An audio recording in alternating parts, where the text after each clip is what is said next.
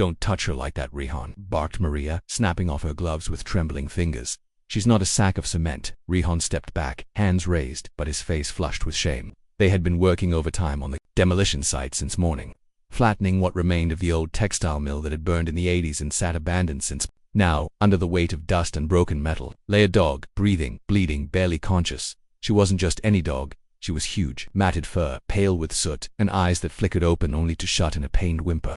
Maria knelt beside her again, checking the hind legs. "She's hurt bad. Pelvis may be crushed, but why is she not trying to crawl away?" Rihan squatted down and looked underneath her belly, squinting. "Wait, what's that?" His voice cracked slightly. The air shifted. Even the jackhammers in the background seemed to go silent for a moment.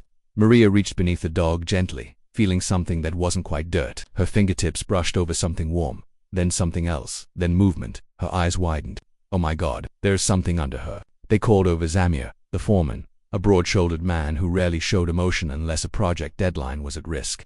But even he went quiet when he saw the scene unfold. Maria carefully tilted the dog's torso, and in that movement, the truth surfaced for tiny puppies, squirming blindly in the soot. "She's been shielding them," Maria whispered. "All this time. Even with that injury." Zamir blinked hard and motioned for someone to bring a tarp. "We can't move her like this if she's holding herself up for them." "But how long's she been down there?" Rihan asked, his voice now softer, more reverent. "No idea," Maria said, shaking her head. "But it means this place wasn't empty like we thought. She made a nest here, maybe weeks ago, and no one noticed." The truth landed like a weight. The noise, the shaking of machines, the dust clouds that Mother had endured, all of it. Hurt, alone, terrified, but she hadn't moved. Not because she couldn't, but because her babies were still alive beneath her. She had made her body their shield. The air smelled of oil and rust, but none of them could smell it anymore. All they could feel was the quiet desperation around this fragile, trembling family. Rehan, who only an hour ago had been laughing about concrete pouring like T.I., now wiped his nose on his sleeve. "Maria, we gotta get them out. Like now." "I know," she murmured, "but slowly. If we rush, she might collapse completely." The sun began to dip, casting longer shadows across the skeleton of the building. From the corner of the lot, a security officer named Osin, who'd been watching everything unfold silently, suddenly spoke up. "There's an animal rescue about 30 minutes from here. They owe me a favor." Zamir didn't even argue. "Call them." The minutes dragged like hours. The dog, now partially lifted onto the top, kept her head lowered, eyes watching Maria like she was trying to decide if humans were friends or threats. The pups cried softly, noses pressed to her underside, not understanding that their home, their mother, was barely holding herself together. And then the question no one wanted to ask finally surfaced. What if, under her, isn't just the puppies? Rihan said slowly, his face pale. Everyone paused. Maria's hands froze. "What do you mean?" Zamir asked. Rihan gestured to a thin metal pipe jutting from the rubble, just inches from where the dog had lain. "She picked this spot to lie down, but why this spot? She's bleeding heavily. What if she was trying to hide something else?" Maria felt it in her gut, that deep, crawling chill that said something wasn't right. She looked at the dog again, truly looked, the way her body curved, the way she trembled every time they tried to shift her. There was more under there than just puppies. Maria placed one hand on the concrete beside the mother dog and leaned in. Then she saw it, just a flash of it. Fabric, tiny. Faded blue Andilo fabric, stuck beneath the dog's back leg, buried in the rubble, as if something or someone else had been protected by her too. Maria's voice was barely a whisper. "Zamir, tell them to bring more than a vet." The panic hadn't even started yet, but it was about to. Zamir stood frozen for a moment, staring at the spot Maria pointed to. The fabric was hardly visible, faded, frayed, and buried beneath layers of dust and broken concrete. But it was there, no denying it. Not a torn tarp, not a rag. It looked patterned, childlike, and suddenly the air around them felt heavier. Maria didn't wait for instructions. She grabbed the small crowbar off Rihan's tool belt and crouched beside the injured dog again. "She's not just guarding her pups," she murmured. "She's shielding something else. Someone." Rihan, wide-eyed and pale, bent down beside her. "You think it's a I don't know," she snapped, her voice sharp with panic, then softened. "But we need to be ready for anything." The dog shifted slightly, her strength clearly failing. Her ribs rose and fell with visible effort. The slightest movement drew a strained whimper from her throat, but she didn't flinch when Maria gently reached near her flank again. Maybe, in some quiet place within her pain, she knew they were trying to help. It took nearly 10 painstaking minutes to nudge aside just enough to breathe without hurting her. The other workers kept their distance, tension thick in the silence. Zamir was on the phone again, pacing nervously as he barked orders into the receiver. He was trying to get both an animal rescue and an ambulance on standby, just in case. And then Maria stopped. Her hand went still.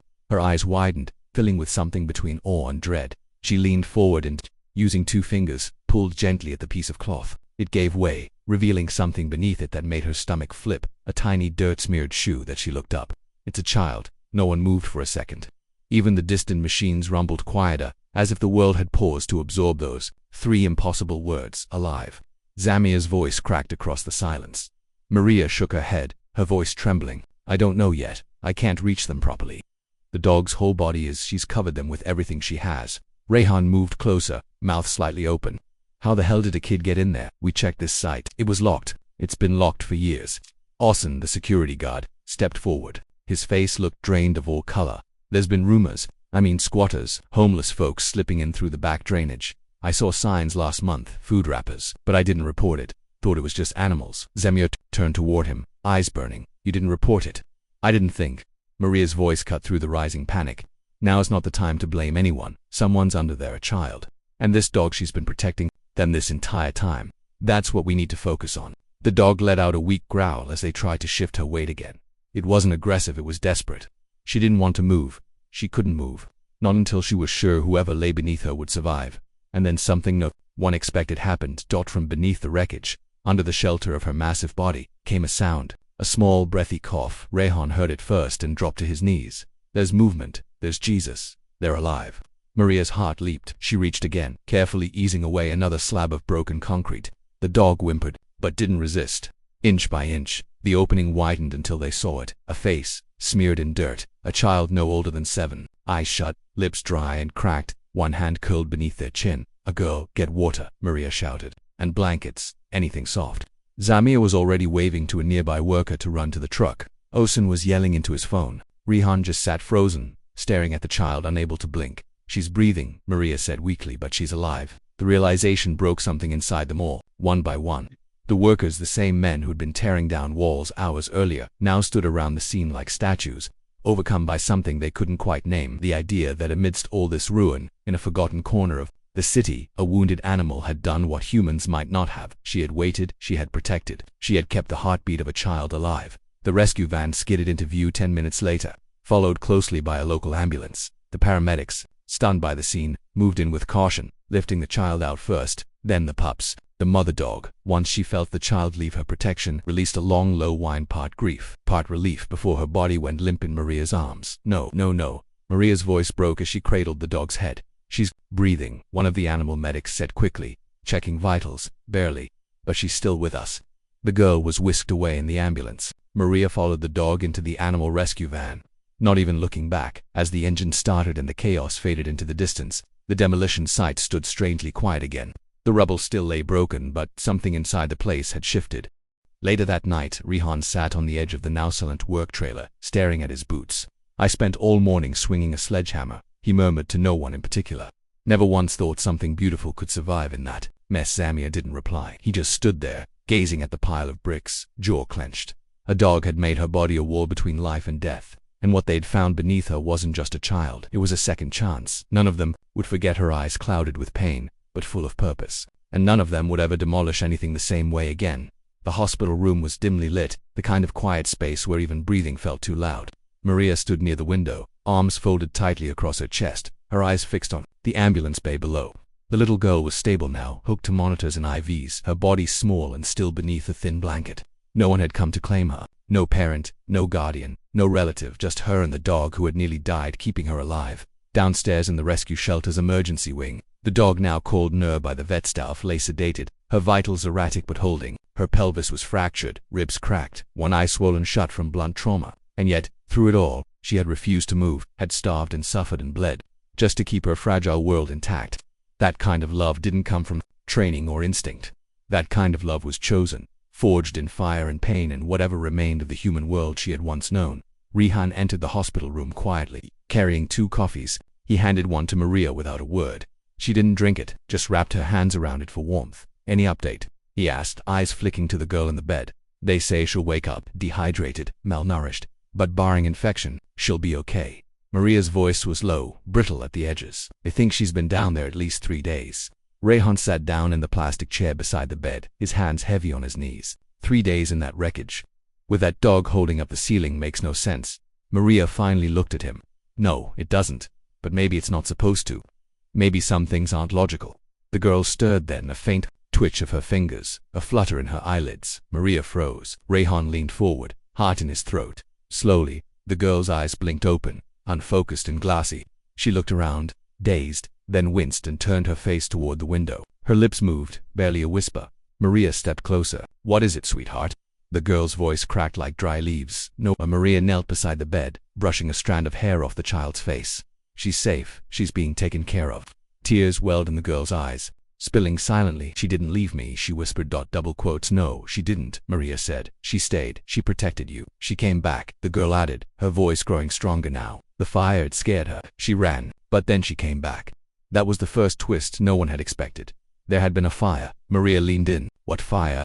The girl's brows drew together as she tried to remember. The mattress had caught first, then the blankets, the man he left it on. The little stove said not to touch it. Rayhan looked at Maria sharply. "She was living with someone. Do you know his name?" Maria asked gently.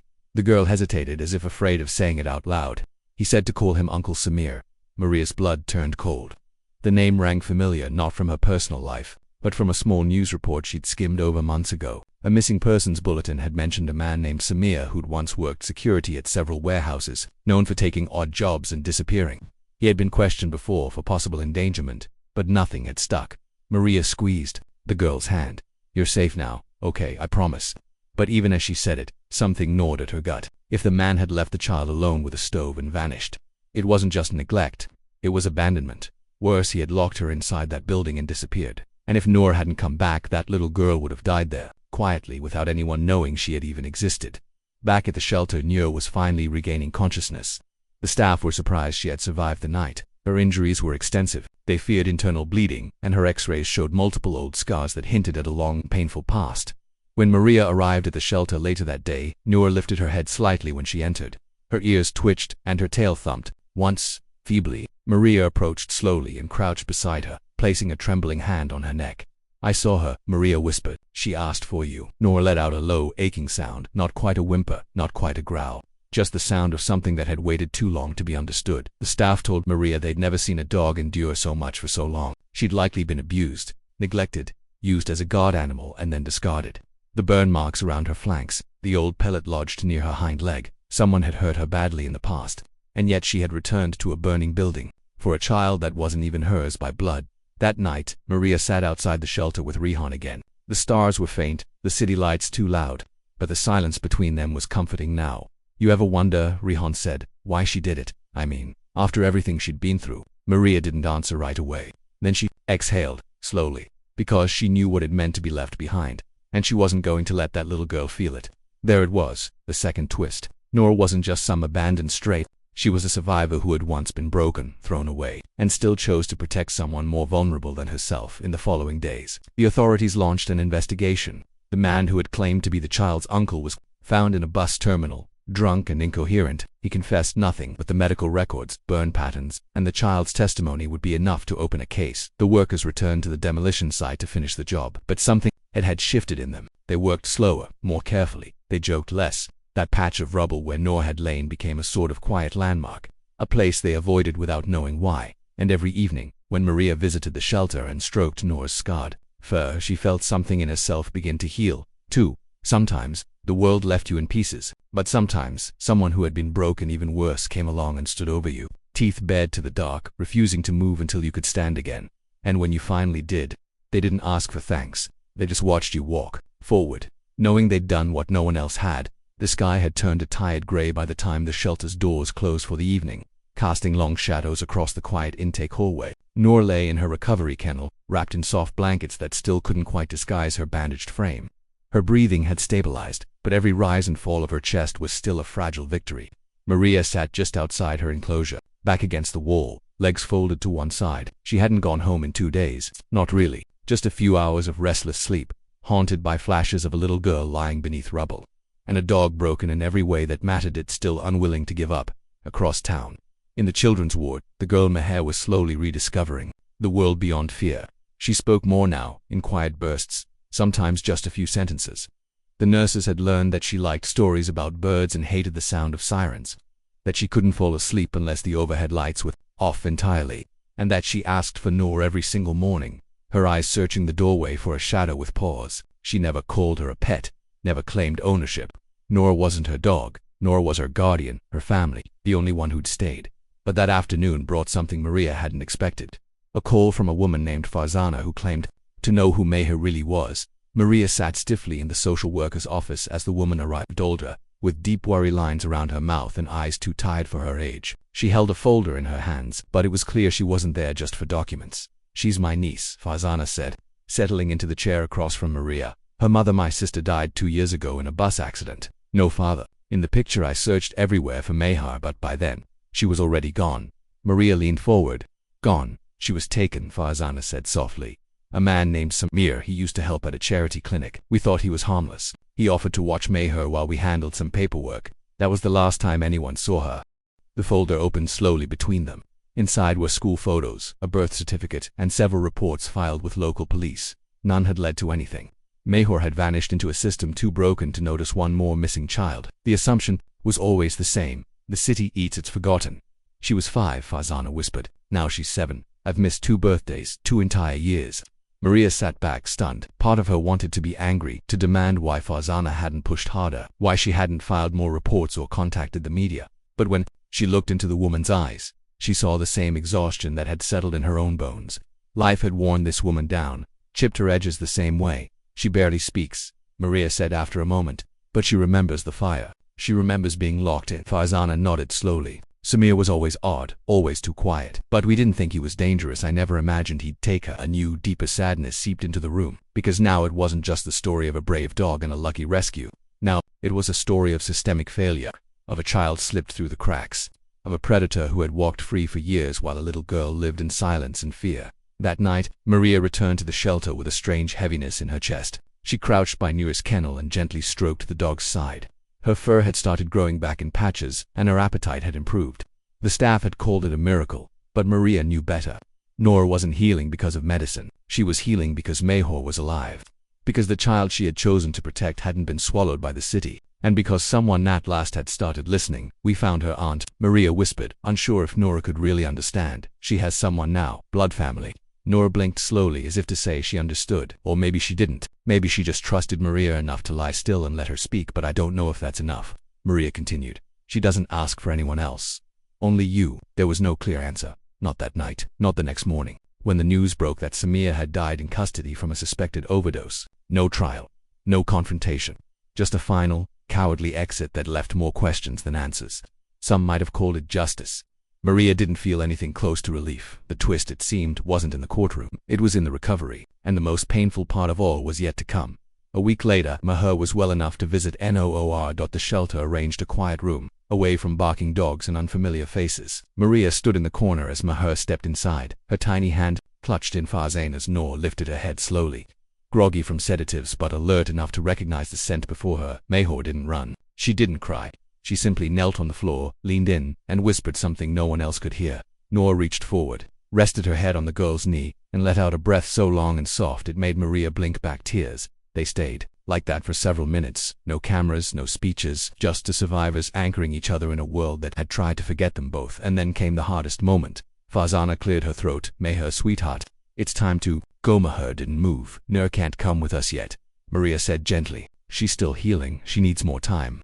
The girl turned to her aunt, eyes wide. "She doesn't have to come now, but she can come later." Farzana hesitated, then nodded yes, later. Maria stepped outside with them. The girl glanced back once, holding Maria's gaze. "Will you stay with her?" she asked.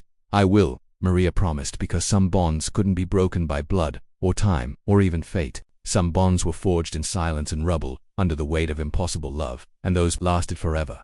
3 months passed. The leaves turned brittle in the late autumn air, and the city, ever impatient, moved on from the story that had briefly held its breath. Most had already forgotten the headlines. Injured dog shields child from building collapse, or rescue dog survives fire, saves girl. The footage of Noor on a stretcher, the grainy hospital photo of Meher, these things faded from memory, replaced by louder news, faster tragedies. But for Maria, and the handful of people who had witnessed what really happened, forgetting was never an option.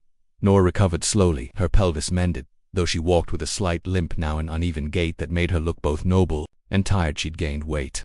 Her fur had returned in thick silken patches. But it wasn't her body that had changed the most. It was her eyes. The haunted glaze had lifted, replaced by something alert and calm. like she had finally allowed herself to exhale after years of being braced for pain. Maria had kept her promise. Every morning she arrived before the staff, let herself into the shelter, and sat beside Noor's enclosure with a book or just silence. Some days they didn't need to speak.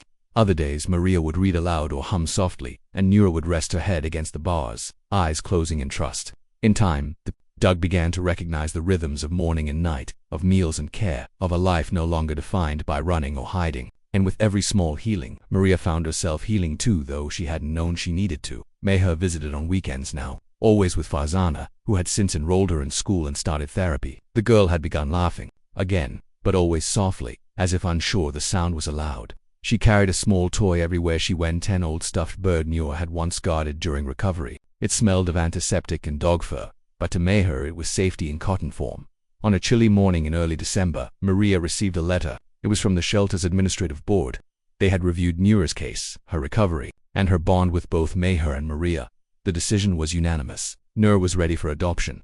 Maria stared at the paper for a long time. She had expected relief, closure, maybe. Instead, her chest ached with something she couldn't quite name, because she knew what this really meant. She would have to let go. Later that day, she sat with Noor outside in the small fenced garden, behind the shelter, wrapped in a heavy coat as the cold wind pulled at her sleeves. Noor lay beside her, head resting on Maria's boot, tail twitching lazily with each passing bird.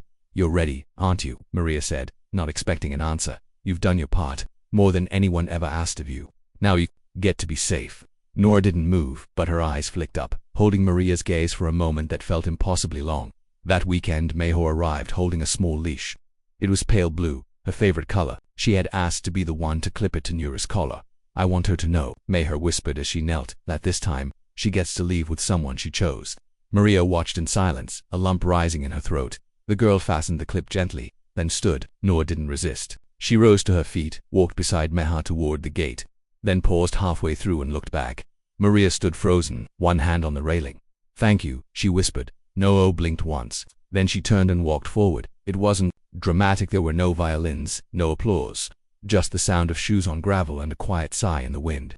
But Maria knew that something enormous had shifted in that moment. Not just for Noor, not just for Meher, but for her, too. Because once in a great while the world offers you a glimpse of what grace looks like. It doesn't arrive with fanfare or flash. It comes in the form of a battered dog standing over a lost child, a child reaching for a leash instead of retreating in fear, a stranger who chooses to stay, even when no one else does.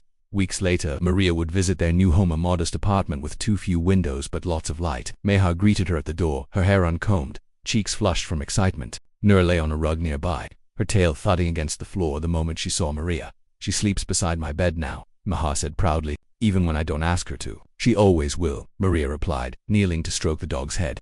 "She's not the kind to leave." As Maria stood to leave, Meher tugged gently on her coat. "Can I ask something?" "Of course. Why? Did Noor come back after the fire after she got out? Why didn't she run away for good?" Maria paused, choosing her words with care. "Because," she said slowly, "sometimes the ones who've suffered the most are the ones who know how much it matters not to give up on someone. Noor didn't come back because she had to. She came back because she understood what it feels like to be left behind. And she refused to let you feel that." Meher nodded, her young eyes carrying the weight of something far older. Maria turned to go, stepping out into the dusk. The sky was a quiet blue, the kind that presses against your chest with stillness. As she walked away, she didn't cry. She didn't need to. Love like that didn't end at a doorway. It lingered, in the breath between heartbeats, in the pause between footsteps, in every silent promise kept. Some stories don't need grand endings. They just need to be remembered.